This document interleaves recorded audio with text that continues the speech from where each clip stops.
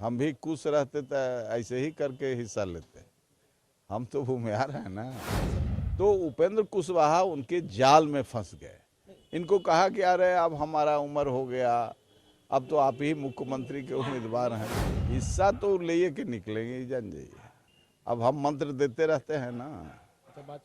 तब साल वो 2012 होगा जब बड़े तामझाम के साथ उपेंद्र कुशवाहा और उनके जो पुराने साथी अरुण कुमार ने राष्ट्रीय रालोसपा का निर्माण किया था। और 2014 के लोकसभा चुनाव में इस पार्टी ने कमाल भी किया था, लेकिन दोनों की राहें अभी अलग है। और उपेंद्र कुशवाहा वर्तमान में बात कर ली जाए तो 2021 में जदयू का दामन थाम लिया था और अपने पार्टी का विलय कर लिया था।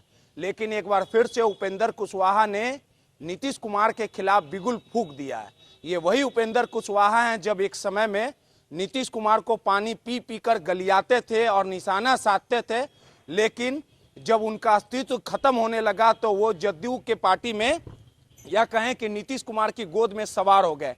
लेकिन वर्तमान में जिस प्रकार से बिहार की सियासत में उपेंद्र कुशवाहा लगातार नीतीश कुमार से हिस्सेदारी मांग रहे और ये कह रहे हैं कि जदयू पार्टी कमजोर हो गई है, ये तमाम चीजों के बाद अब नीतीश कुमार पर लगातार उपेंद्र कुशवाहा निशाना साध रहे और जदयू के छोटे से लेके बड़े नेता जो हैं वो उपेंद्र कुशवाहा पर टारगेट कर रहे हैं। हमारे साथ बात करने के लिए जहानाबाद के पूर्व सांसद अरुण कुमार जी हैं। ये वही अरुण कुमार जी हैं जो उपेंद्र कुशवाहा के साथी थे, लेकिन आज दोनों की राहें अलग हो गई है। क्या कुछ कारण था और उपेंद्र कुशवाहा जिस मोड में अभी दिख रहे हैं, आखिर उनका इस तरह का नेचर है, तमाम चीजों को समझेंगे। अरुण कुमार जी, 2012 में आपने पार्टी का निर्माण किया था, राष्ट्रीय लोक समता पार्टी, शायद यही पार्टी थी ना? आप प्रदेश अध्यक्ष थे, राष्ट्रीय अध्यक्ष उपेंद्र कुशवाहा बने थे। इस पार्टी के नींव से लेके बिखरने तक मैं कवर किया, इस पार्टी को मैं ही कवर करता था। 2012 से ही मेरा मीडिया में आगमन हुआ था। 14 में आप लोगों ने कमाल किया, 3 सीटें मिली, तीनों धमाकेदार जीत, केंद्र में मंत्री बने। आखिर उपेंद्र कुशवाहा से क्या कुछ मनमुटाव हो गया कि आपकी और उनकी राहें जो है वो अलग हो गई? आज तक कारण नहीं पता चल पाया। और नेचर में ऐसी है क्या उपेंद्र कुशवाहा? आपसे ज्यादा कोई नहीं समझते होंगे।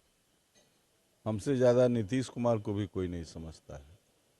14 साल नीतीश कुमार को सत्ता में लाने में हम लोगों ने मेहनत किया। आखिर दगाबाजी क्यों कर देते हैं लोग आपसे? हमसे क्या दगाबाजी करेंगे, अपना नाश करते हैं। नीतीश कुमार को जो जाली लोग कवर कर लिया, हम लोग रहते थे तो सत्य का सामना कराते थे, तो बालिका गृह कांड नहीं होता, रूपम पाठक का कांड नहीं होता, बालू और दारू माफिया से घिर नहीं जाते। तो हमारा क्या, हम तो सड़क और संघर्ष के राही हैं, हम जॉर्ज फर्नांडिस के चेला हैं। हम तो वैसे लोग जो संघर्ष करते हैं उनके साथ खड़ा होते हैं।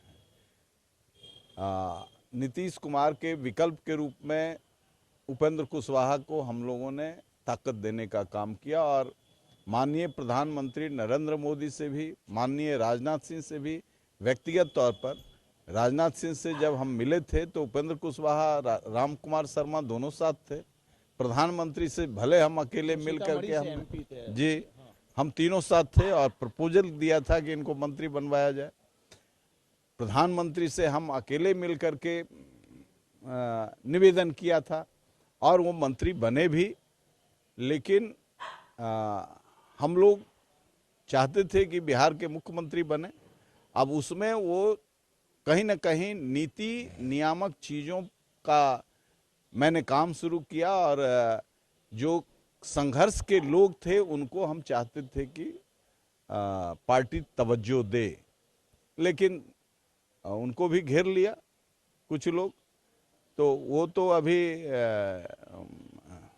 वहाँ तक पहुँचे भी नहीं थे, रास्ते में दिशा भ्रम का हो गया। लेकिन हमको उन्होंने कभी ना हमको व्यक्तिगत तौर पर उन्होंने सम्मान देने में हमें कोई कमी नहीं की। तो पार्टी तोड़ने की हाँ, पार्टी तोड़ लगता है। हाँ, नहीं, हम पर आरोप गलत लगता है, अपने को बचाने के लिए लोग करता है। लेकिन ये यहाँ तक, जहाँ तक सवाल है कि आपने जो कहा कि उपेंद्र कुशवाहा की स्थिति खराब हो रही थी, समाप्त हो रहे थे, तब जेडीयू में गए, ऐसी बात नहीं थी।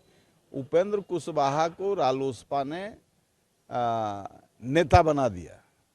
यहाँ की जनता ने नेता के रूप में स्वीकार किया है। एमएलए एमपी बहुत हुआ करते हैं, नेता के रूप में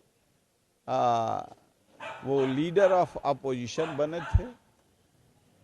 उसमें भी हमारा प्रभुनाथ सिंह का योगदान था, ललन पासवान भी थे।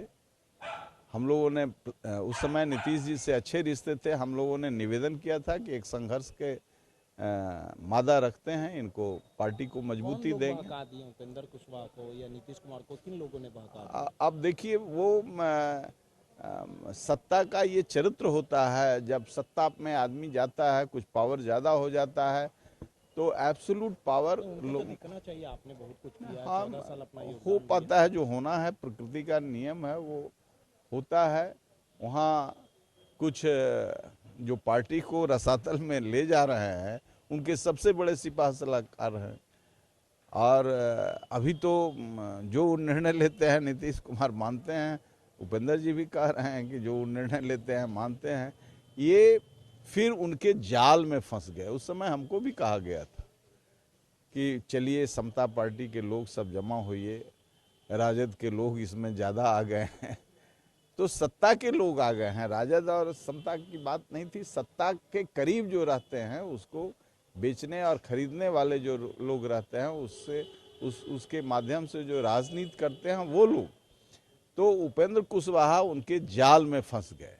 इनको कहा कि अरे अब हमारा उम्र हो गया, अब तो आप ही मुख्यमंत्री के उम्मीदवार हैं। अरुण कुमार जी, तो आप ये नहीं मानते कि उपेंद्र कुशवाहा जी अवसरवादी हैं? आपको याद होगा 2014 में मंत्री बन जाते हैं, यही नीतीश कुमार 15 में राजद के साथ चले जाते हैं, 17 में बीजेपी के साथ, फिर 2020 में भी बीजेपी के साथ चुनाव लड़ लेते हैं, फिर राजद के साथ आ जाते हैं। तो तमाम जिस प्रकार से यही उपेंद्र कुशवाहा हैं, नीतीश कुमार पर निशाना साधते थे, नीतीश कुमार को क्या क्या नहीं कहते थे, और 2021 में इसी पार्टी में आ गए, फिर उनको मंत्री नहीं बनाया गया। लोग कहने वाले कहते हैं तो कहीं ना कहीं बगावती सूर अपना लिया। तो अरे भाई, तो है ना उपेंद्र कुशवाहा। अरे वो अवसरवादी क्या, यही कह करके उनको लाया गया था कि आपको मुख्यमंत्री के उम्मीदवार होंगे। आप मुख्यमंत्री का उत्तराधिकारी दूसरे को घोषित कर दिया, तब लॉक उसकी यही दर्द हो गया। अब वो स्वाभाविक न है। आप बंद कमरा में कहिए कि जो हैं सो आप ही हैं, हमारा कोई है क्या? आप ही लोग न हैं। आइए, पार्टी लॉक उसकी न है, बाकी लोग तो हैं, आएंगे जाएंगे। अब आइए, शेष जीवन हमारा राजनीति का, संघर्ष का, सब आपको, सत्ता का सब आपको सुपुर्द करेंगे। आप ही हमारे छोटे भाई हैं। अब इस जाल में वो फंस गए।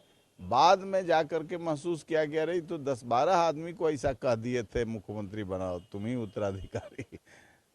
तो उपेंद्र कुशवाहा तो नेता हैं, उसमें कहीं दो मत नहीं है।